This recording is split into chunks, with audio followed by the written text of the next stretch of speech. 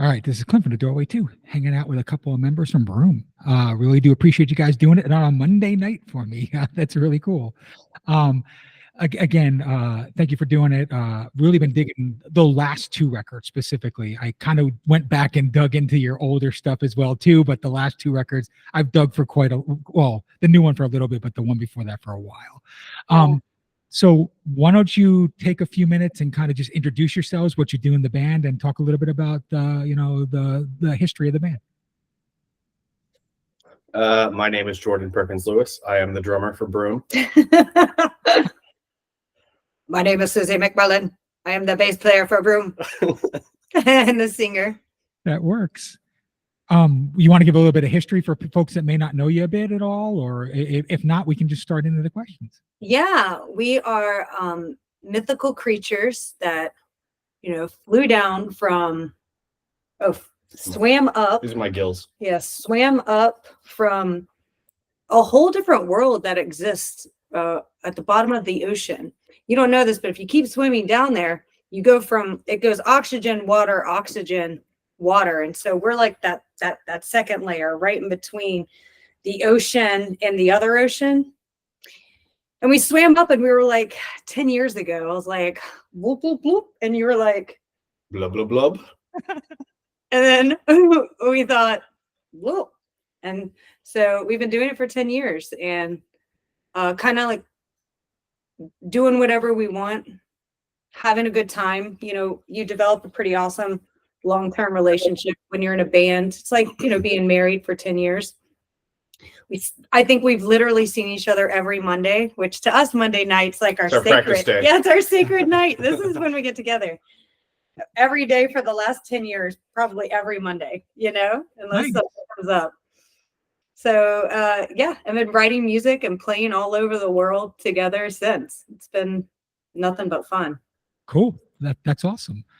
So the first question I want to ask is kind of a odd one because it says this is your third record, but I could swear this is your fourth because I have 4 records from you. I'm reading that too, and I don't understand it. And I have a couple of hypotheses though. Okay. The first one is technically an EP. All right, that's scientific. That was a good one. That's a good one. People are like, "Oh, this is our third full-length album," and then I think that got chopped off into just like third ... And so I think that's what happened. I also think there's suddenly a lot of bands named Brume. And sometimes on Spotify, if that's where you do your homework, they get a little, there's a really great artist who was a band as long as us in France called Brume. And it's like cool electronica, like post-electronic music. And at first we got mixed in with him a lot. And I was like, and every time they'd be like, "Oh man, these Brumes are getting mixed up." And I'm always like, we should do an album with them. That would just clear everything up. We do an album with the electronic Brume and it's like Brume times 2. But since then, man, there's probably like 8 bands and it gets all messed up on Spotify. So it confuses people.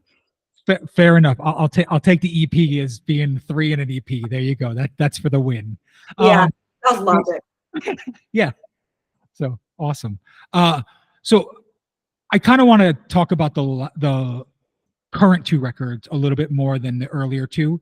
We're gonna get into the earlier stuff too, but I feel like there was a big division in sound after from Rabbits and onto this new record. I feel there's more of kind of a ethereal kind of. I know people hate this term, but like doom gaze, more neoclassic kind of vibe to it. I hate that term. I love it. If something's doom gaze, man, I'll listen to that for hours, especially alone. Good. I like all the terms. Yeah. It's what I hear, and I know some people get like they hate the term doom gaze, but that's what it reminds me of. But no, like I said, so these last 2 records kind of have a more, and I'm going to use the term sensual and kind of haunting vibe, where the earlier stuff was more fuzzed out and kind of heavier doom. Can you talk to me where the change, like why there's been kind of a, I would say, first 2 records versus the next 2 records difference in sound? I think the biggest thing is that we have been actively trying to get away from those like heavy riffs. I think that's like our biggest push is like, how can we still be a heavy band but not play heavy music? That's kind of the direction we've been trending in. And then other than like being like a singer-songwriter, when you're a band that literally everyone brings their own songwriting to the table, and you grow up. I mean, a decade later, your interests change, your tastes change individually. And so when it comes together, I think, it's 10 years ago when we started a band, it was like, we definitely want to sound just like St. Vitus, And then it evolved into, we kind of found our own personalities and how we merged together. We communicated better so nobody's ideas would get locked out. And so I think we kind of turned more into, like, even though it's like a moving train because we're growing, we also turned more into like writing music like based on what we wanted instead of trying to sound like somebody else. Perfect. Awesome. Or I have another answer. As I got older, I became more sensual and spooky. There you go. That works. That's not true. I believe 30s. I don't care. The lore starts now. You just made it happen. So there you go. There's a couple of bands that I hear inside the last two records specifically, and I want to see if you're fans of them, if they're. Oh, I love it. All right. Bring it up. Yeah, so here we go. So first of all, it's Ides of Gemini. I don't know if you like them at all. I don't know if you know who they are. We played with her a few times. Yeah, a couple times. I mean, I say her, but the whole band is amazing because the bass player, right? He's so incredible, and in a bazillion bands too. That was we played with this other band. One of our first earliest shows was with Ides of Gemini. That was a long time ago. Yeah. I feel like the two of you kind of did the same kind of path. You were really heavy early on, and now it's more experimentation kind of elements. And I love that kind of feeling. The other one is kind of Jarbo period Swans. Like I hear a lot of that, especially in your new music. Oh, I love Swans so much. I love Swans so much. Few shows together, like we kind of like our love for them grew together. So when that's a perfect one. we were recording the Rabbits album, and halfway through, Swans was playing a show, like a local show. So we went out. We took Billy Anderson with us, and we all went to the Swans show. And I would still say to this day, it was one of the most like transforming shows I've seen in the last 10 years. Yeah, every time I've seen the Swans, they've been amazing. So I totally agree. It doesn't matter what period, what genre of that. Right. Yeah. I even think we came back in the next day to the studio being like, all right, we got to change it up now. Yeah. Swans raised the bar. Yeah, we need to work harder. So if you were to say your influences, what would be a couple bands right now that are influencing the current Brume? Oh, Jesus. This is what's so fun about us. Me and Jordan could not be more opposite. You go first. That like I'm listening to, or that influenced the record? No, what you're listening to right now. Like, what are you into? Oh, geez. So we just came off a tour with Earth Tongue, and I'm completely obsessed with this band from New Zealand called Earth Tongue. And if you're not listening to them, I don't know what's wrong with you. They're so good. I also really love this band called Chai from Japan. It's like this girl pop group. I'm really into it. I can't explain why. Yeah, I'm all over the place. I could keep going, but I'm all over the map. Like right now, I love this band called Still Corners. It's kind of gazy. And I love my favorite band right now that I'm kind of obsessed with is called Fontaine's DC. Okay. And it's kind of like, I don't know, Irish post-punk. Cool. And they're kind of just badass. Like, I just think they're so confident and themselves. I think that's what I think about Swans and Ides of Gemini. I think the parts of them that I like and that I take away is both of them, like especially the lead people, seem just confident in their skin and themselves. And so when you're going to a show, you're like, oh, you walk away like, I feel connected with that person. I kind of know them a little bit better. Cool. No, that's awesome. I want to talk about the vocals for a second, because I feel like the last two records kind of stylistically have something that's moving forward with the band. And it's more kind of thought-provoking in the way it's presented rather than just brute force sake. So like, I feel like on the earlier records, sometimes they're just angry for the sake of being angry, but they're still melody. With the last two records, especially this new record, I feel like you're trying different things. Like you're adding, post-punk elements. You're adding like bluesy, jazzy kind of vibes. as well too, where it wasn't there until this last record. But are you influenced by that? Is that stuff you like, or is it just kind of No, cool? I'm from Baton Rouge, Louisiana. I spent most of my adulthood in New Orleans. So being a little jazzy and bluesy is, even if I try to be as hardcore as possible, I'm going to sound jazzy and bluesy. I think one of the primary reasons that it's different is my self-esteem and confidence in singing. You know, it takes, if you are a bit of a new, or I've always sang, you know, I used to sing in church in gospel choirs all the time, so I'm used to singing and loud and without effects. But you know, when you're the front person singing with a ton of effects, it's kind of easy. It's easy to hide behind. And so that's what we did at first. I just wanted it to be cool. I didn't want me to have a beauty. I didn't want to be, oh, she's as good as Mariah Carey. I just want them to be like, that's a cool song. You know, so we just kind of mixed it in the song as like almost another instrument. Whereas we kind of took a singer-songwriter approach for this last album where, you know, I wrote the song maybe on a piano, and it was like a vocal melody that came first, and then we wrote the song behind that, instead of like Jamie coming up with a riff and me listening to the riff over and over again and coming up with a vocal melody on top and just some like bass lick that normally followed a lot of his riffs to sound heavy. Mm-hmm.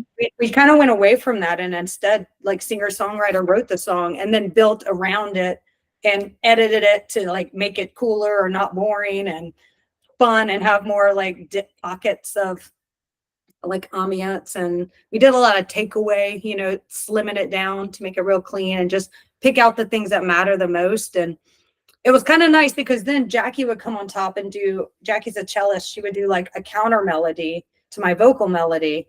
So it's like we had guitars that was kind of plinky plunky, then we had like a vocal melody, then we have a cello melody that's kind of in the same range as the vocals that did a lot of like kind of weaving in and out of each other in the same key, which just kind of made for a nice, interesting new vibe in this last album. We've been having fun with harmonies too. That's been the new revelation since Jackie's been in the band, is we can do 3-part harmonies and they're cool. Yeah, fun. Cool. Yeah, I was gonna say I'm a huge fan of Jackie's other bands, Giant Squid and Umber Asylum and stuff like So that. are we. Yeah. I figured that's cool. So there's another band which now I want to talk about because this new record gives me the vibe of this, and because you talked about 3-part harmonies, I think I may be onto something here. So I feel like you're very much going the path of what Alice in Chains did. And the reason why I say this, but Alice in Chains did the same kind of thing. They were really bombastic and nasty early on, but as the records went across and until, you know, Lane's untimely demise, they became very melodic. They became very kind of soulful. And I feel like that kind of vibe is being carried on with your project. And not that you're a grunge band, because I feel like Alice in Chains really isn't a grunge band. They kind of got tagged into a world that they were just stellar musicians that could play a certain style at a certain time. I feel like you're doing the same kind of thing. So when you go in and record, you kind of talked about it a moment ago, you just do what you want. But with this, especially with the last record, was there a theme or a kind of tone that you wanted, and is that what came out on this record? From a vocal and lyrics, like the songwriter perspective, I wanted everything.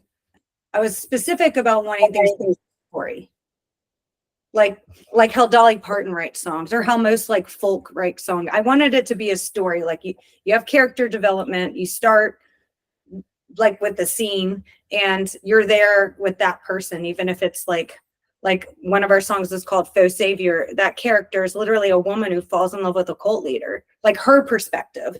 And so it was fun to be like, okay, put yourself in his shoes, be this person, and write like a story. And so that I think that kind of was a running theme, you know. Other than that, like, man, it really, I think the reason it sounds the way it sounds is it started different than it used to. Like our first album, Donkey, it literally was all about the riff. Like we're making cool riffs, and then everything else is to kind of like prop up the riff. And this last album was the opposite. It's like, here's a story. and we're telling a story. And then these are the pieces of the story, and it's, in this key. We were super intentional on this last record, and I think we went out of our way to make sure we didn't do the same thing that we've done on previous records. Mm-hmm. I think that was the driving factor behind everything, was like, let's do something different. How do we make this different? And we kind of want to serve the song, and not each other. It was interesting. Like Jamie probably went back 3 times to turn down, like after we were listening to the recordings, and we're like, oh, had our little edits in there. He went back 3 times to turn down the guitar. I mean, how many guitarists in our genre has ever said ever? Less guitar. Less, like, can you turn that down and take out that 3rd guitar? You know what I mean? And that's what I was going to say is, this is, I would say, the mellowest of records that you have, but yet the heaviest of records that you have. And the reason why I say is there's this heavy, like, driving low end to just the tone of the music, not so much the driving guitars, but the melody and the low end they add like beautiful tones to the vocals and the cello and all those arrangements. Do you think that maybe this had something to do with Jackie coming in and adding those new parts, or do you think? Yeah, well, I'm asking because rabbits in this last record are very similar in a lot of ways. Yeah, Jackie added like a lot. Like she's just a brilliant composer, so we would write like maybe a foundation, and she would just come on top and be like, and I'm doing this, and we're like, okay, can we turn everything else down and Jackie up? It was so fun. And then on top of that, like just like finding a place for her voice was fun too. I love singing with Jamie. I mean, I encourage Jamie to sing every single song in us that I write, like the vocal part. I still am like, well, let's hear what it sounds like if you sing it, because he has such a vulnerable, beautiful, I love it. Like his voice, I think, is just so beautiful and sweet. Reminds me of Radiohead. It's very vulnerable and beautiful. And Jackie's voice is very like strong and assertive. And so I would say, and I'm kind of maybe somewhere between that. And so I love playing with those different personalities, because it just kind of adds more warmth and depth to every song. I mean, I'd sing a triple harmony for every song if we could, it feels so good. I also feel like we really brought it down with tempo, and that kind of exposed us. So we had to be a lot more conscious of what we're doing to fill that space, because the songs are very slow. Yeah. No, I got you. So being that this record is, I don't want to say drastically different, but a lot different than the 3 previous. What is the feedback been from fans that have listened to the previous 3, or people or friends that have listened to the previous 3 compared to now? Because I hate to use the word mature, but there feels like there's a maturity on this record that wasn't there before. Yeah, we're old now, so mature is appropriate. Maturity. I'm so tired. Yeah. I feel like the response has been like really good, like super positive. I'm pumped that people love this record. We worked super hard on it, so it's been great. Yeah, and we kind of don't care, I don't give a shit if you like it or not. Yeah, well, I appreciate that you like it, but I don't care. Yeah. And sometimes it's nice to like connect with different people when you write music, because our first album connected with people where that was like they were in the same space we were, like everything has to do with doom metal's life, and we wanted to connect with those people because it feels good to not feel alone. And I think this album, we knew that it probably isn't going to connect with the same people it did originally, but it'll connect with different people, and that's just as worthy and exciting. Cool.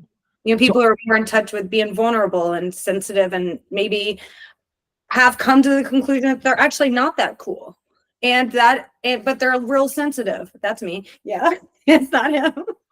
He's way cooler. But if I want to connect with uncool, sensitive people that are okay with getting in touch with their feelings, then shit, yeah, I want to find those people and connect. You found me, and we're doing an interview, so that's awesome. Because I'm an uncool kind of nerdy person, so that's fantastic. I want to talk about Rooster for a second, and particularly about the drumming, Jordan. All right, I feel like on that record, you kind of came into your own as a drummer as far as this band. I feel like the parts haven't changed much from then to now. It's just you know how to hold back now where you weren't holding back before. Like, you know when quiet is cool and heavy is needed. But when you recorded Rooster, did you have a different vibe or confidence in it? Because you can hear it on that record versus Donkey. So.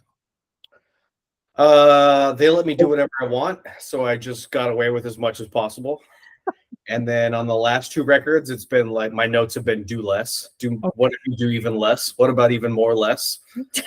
So yeah, I haven't listened to the Rooster record in a long time, but I do. There's like 3 tracks off of there where I get some pretty ripping bits. Yeah. And we haven't really gotten back to that the last couple of records. But I'm in service of the song, so it's fine. Cool. No, that's awesome. That was kind of the question I had for that record. Now, I want to ask you guys about Donkey. Now, it's been, 10 years since that came out. How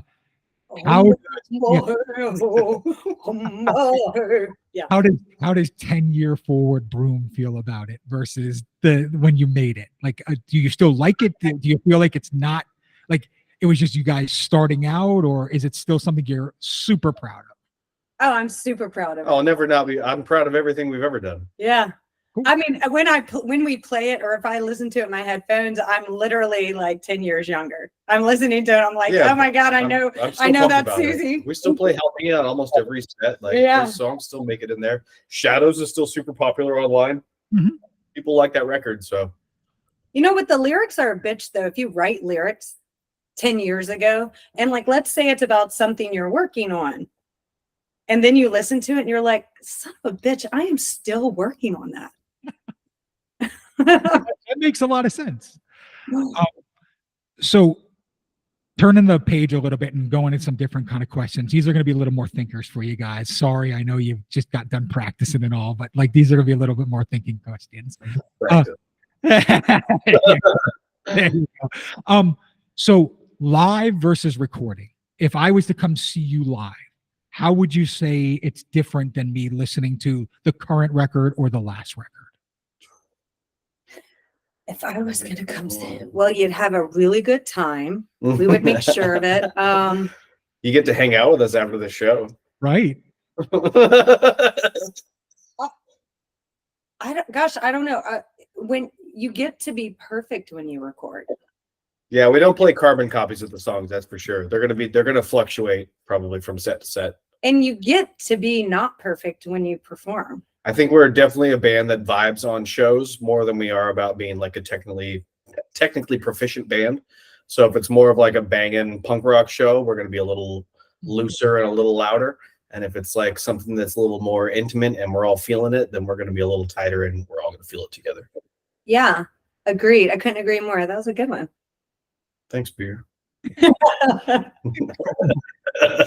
Yeah. So let's say someone got Martin the brand new record, and you're in the record store with them, and they don't know who you are, and they just go, "Hey, I heard really good things about this record. Do you know anything about it? Can you tell me about it?" How would you explain the new record to someone? I would, if I met you in a shop and you said that to me, I'd go, "That band's fucking terrible," and I would walk away different. 100%. Not me. I would say get yourself a glass of champagne and a hot bath. Make sure you put it on starting on song number like 4. And I think it'll be a wonderful experience for you. Very cool. Very cool. I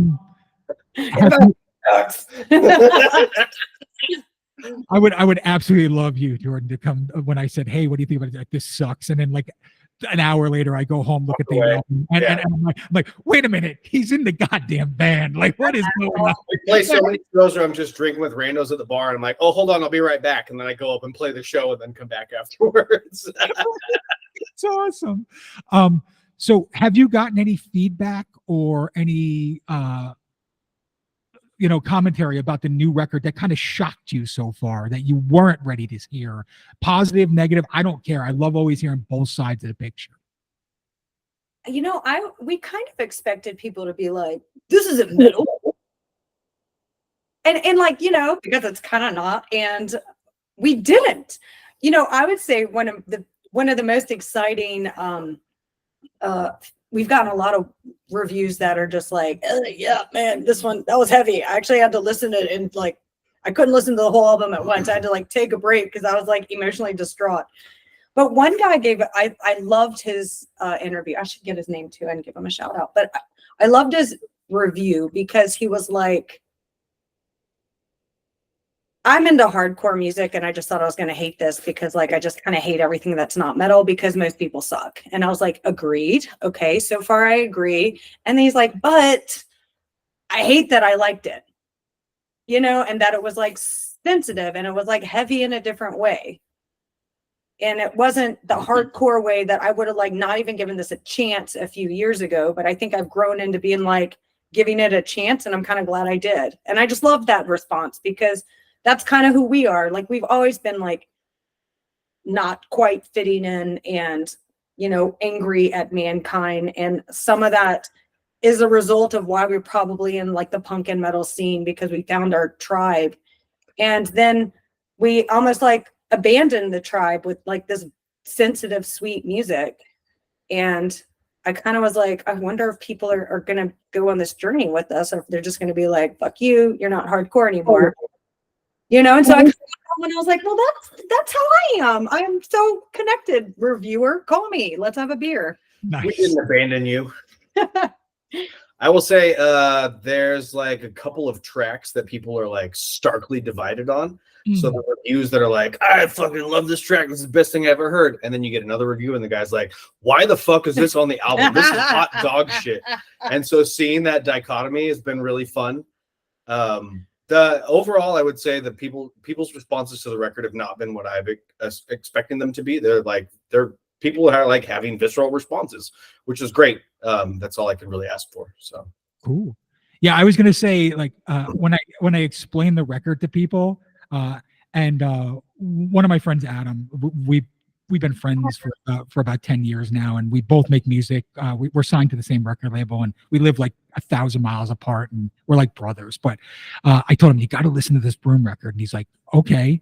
And I'm like, it's like if a doom metal band got feelings, like not just one angry feel. I was like, if they got feelings and they decided to make a jazz record, and I'm like, and he's like, I would love to hear jazz records. Yeah, and he goes, really? And he listened to me and he goes, holy shit, it is like feeling jazzy doom. And I want to give you that as like you are feeling jazzy doom. That's what we call you now. So that is so rad. And I'm gonna lean into the jazz. No, that's the second time I've heard jazzy doom. Rad. I love it when you do things and then it kind of takes shape. Cool. Yeah. The response to the record has been great. So whatever people are feeling, I love it. If you are feeling something, tell me. I like it. I like to give a shout out to the Preservation Hall Jazz Band in New Orleans for my soul. Awesome. No, that's fantastic. All right, so here's a thinker, and it's not a downer. I just really want to know what you would. Clint, we are pro downer, but go ahead. Okay, cool. Let's get into it. I get it. So let's say this was your last record. Okay, you're packing it up. You just know you know you guys are done. Terminal. What would you want to be remembered for, and why? As a band or individually? You can do both. I don't care. We got time. Jesus. Okay, I'll take it first. Okay. If there's one thing that I would like to be known for, period, full stop, is I had the ability to make people feel less lonely. Awesome. My huge penis. I have no idea. This is not a question I think about. I don't remember me. Not a problem at all. So if you were to play a show now, being that your sound has changed a little bit, but you're still kind of rooted in what you've always done, would you rather play on a doom bill or would you rather play on like a post-punk kind of indie bill? Which one would you prefer to play on? Doom bill all the way, every day, all the way. Post-punk indie. Well, I feel like you're in both worlds. That's why I'm asking. Yeah. You've gone both sides. Well, here's the plus and the minus sign of the magnet and we write songs together. I don't tell him. I mean, he plays whatever the hell he wants to play, you know. So I bet you do hear both, you know. Yeah, I play in a hardcore band too, and there's something about the doom crowd that I really connect with that I don't connect with a hardcore crowd. I think so too. Like, there's something about the doom crowd that is like more Feels family. inclusive. Yeah, family and inclusive, and like it's kind of okay to be a math nerd while you also are headbanging, and you might go to work in the morning, and that's totally fine. There's not like a purity test. It's very welcoming. It's a good group. There is not a purity test. I like that. Yes, I agree. Now, I don't really know what it's like to play in an indie band. I mean, with indie bands and in this post-punk world, which is why I said more girls at the show. Yeah. I can talk about makeup and eyeliner more. No, but I just said it because I thought I love being on a bill that's unique and different, and everyone doesn't sound the same. And so I thought it would just be fun to be kind of like this like weird doom indie kind of band in the middle of an indie world, just to see how we would fit in that world. Well, even in doom shows, we're the wild card band. We don't really fit in doom bills, and we play a lot of like black metal bands. We don't really fit in. But somehow the shows, like, they work. Like, the vibe is cool, and like the crowds are good, and yeah, we keep getting kind of shoehorned into these bands that I don't think we fit in with, but seems to fit just fine. Even though we love them, like, you know, I couldn't think of a better band in the world. We love metal. Yeah, than Enter Arma. You know, I get so tickled when we're on the bill with them because I just think they're such an amazing band. But man, we couldn't sound more different. Cool. I just have a couple more questions and then we'll wrap it up. But like I said, the next one I'm going to kind of ask is, I love longer songs. Okay. I'm 51, so I'm an old man, and I used to go to record stores and buy records, and people and people would, you know, sorry, keep going. No, it's okay. And people would, you know, give me suggestions, store owners, the record kids that were there. Why do you feel like today there's and I don't know if you feel this way or not, but I kind of see it. There's like a split off of fans that like 6+ minute long songs and fans that will only listen to 2 or 3 minute long songs, and they will not mingle between the two. Do you have thoughts on that? Because I think songs like what you make you need to breathe with those. You can't make those 3 minutes long. Man, I have mixed opinions because I'm in another band where my average track length is about 40 seconds. Okay. And it has about as much changes as the average Brume song, just condensed into less than a minute. So I see both sides of the coin. Long songs let you get away with a lot that fast songs don't, and fast songs let you get away with a lot that long songs don't. So, you know, it just kind of depends on where your appetite is. I'm kind of a long song girl too. I never really thought about it, but I am. I like to just melt into a song, like lay on the floor, look at the ceiling, let it take you away. And if it's going to take you on a journey, I want to go there. And I don't know if it's done too soon. I'm bummed. Yeah. Because I just got in the mood, you know? Well, I was going to say, I'm an old school crust hardcore punk kid too. So the 40-minute songs kick ass too. I'm not saying that. I like both of them. But when it's a song that you want to listen to and you want to feel, like 3 minutes is not enough to me. It needs to be 6, 7, 8 minutes long so you can get the vibe. But there are 40-second long songs that are like, they hit me like a jackhammer. And I love that too. So that's kind of cool that I got both sides of the conversation here. So the last question is going to be a thinking one again, and we're going to end it with this. If there was any artist that could take your music, make it their own, who would it be and why? I mean, Dolly Parton. She's the greatest songwriter, singer, musician in the whole world. That's fair. I wanted to know. And I love when you cross genres. Like if you took like a doom indie song or whatever it's called, goth rock. Man, we get all sorts of weird labels. Yeah. Turning that into like not Dolly country, but Dolly folk music, like Americana folk music, I think would be really cool. And I just think her voice is so sweet. I would love to see her give it a little twang. What about you, darling? I don't know. That's a weird question.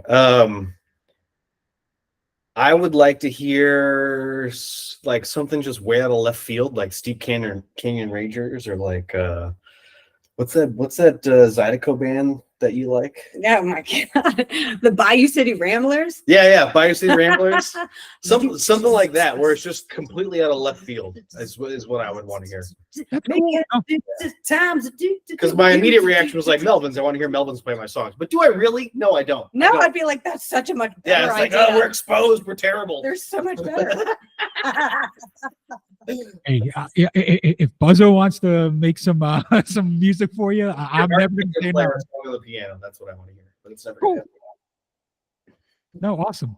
So what I'm going to do is leave the last couple minutes, talk about what you got upcoming, any new music, any other projects you want to talk about. I just love to know about what the band are doing, currently. Sure. We just released our album Martins. So we encourage you to buy as much as you can. So you want to go onto Spotify and buy whatever you can from. Don't go on Bandcamp. Spotify. Go on Bandcamp. Go on Bandcamp. Give us some money. We have super cute merch. We should post that on our website, brumeband.com. You should buy that too. Got a handful of t-shirts for you to purchase. And they're real cute. One of them, Jamie, like hand drew a weasel on it. It's good. And, in terms of our future, I promised Jordan that I would write. Well, Jordan had the idea of writing 2 albums, a really, really slow, sweet one, and a really, really like rock and roll, like fast one. We're giving up the ghost, guys.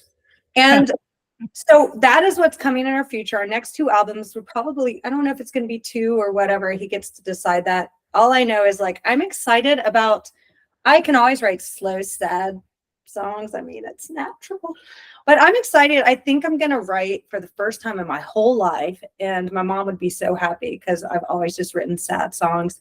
I think I'm going to write happy songs, like 5 or 6 of them that are just like literally happy. I've never done it. So stay tuned for super fast happy songs and slow, dreadful, sad songs. A la carte. I think we're ready to do some extreme metal for you. And I think we're also ready to do some extreme not metal for you. Yeah. Stay tuned on that one. I play in a band called Human Head, and we have an EP coming out on the June 20th. And I recommend everyone go check it out at Human Head Music. It's going to blow your socks off. I'm very proud of it. And Jackie has an album. Gracian is just getting done recording an album. And so Gracian should have an album coming out at the end of this year too. So stay tuned for more Jackie. Everybody wants more on Jackie. Everyone wants more Jackie. But other than that, we have shows planned. We have like fests we might attend. We have to kind of make sure all 4 of us are available. We're going to have a CD release party coming up. And we got some like fun, not ready to announce things going on in November. So stay tuned. We're going to be doing stuff. Yeah, we're going to be busy. Very cool. Well, thank you again for doing this. I really do appreciate you taking time out of your Monday to hang out with me. Love the record. Actually, love the last 2 records a whole ton. And if you ever do come to Fort Worth, Texas, I will absolutely be there. Right on. We'll look you up. All right. Thanks. You guys have a great day. Bye. Bye.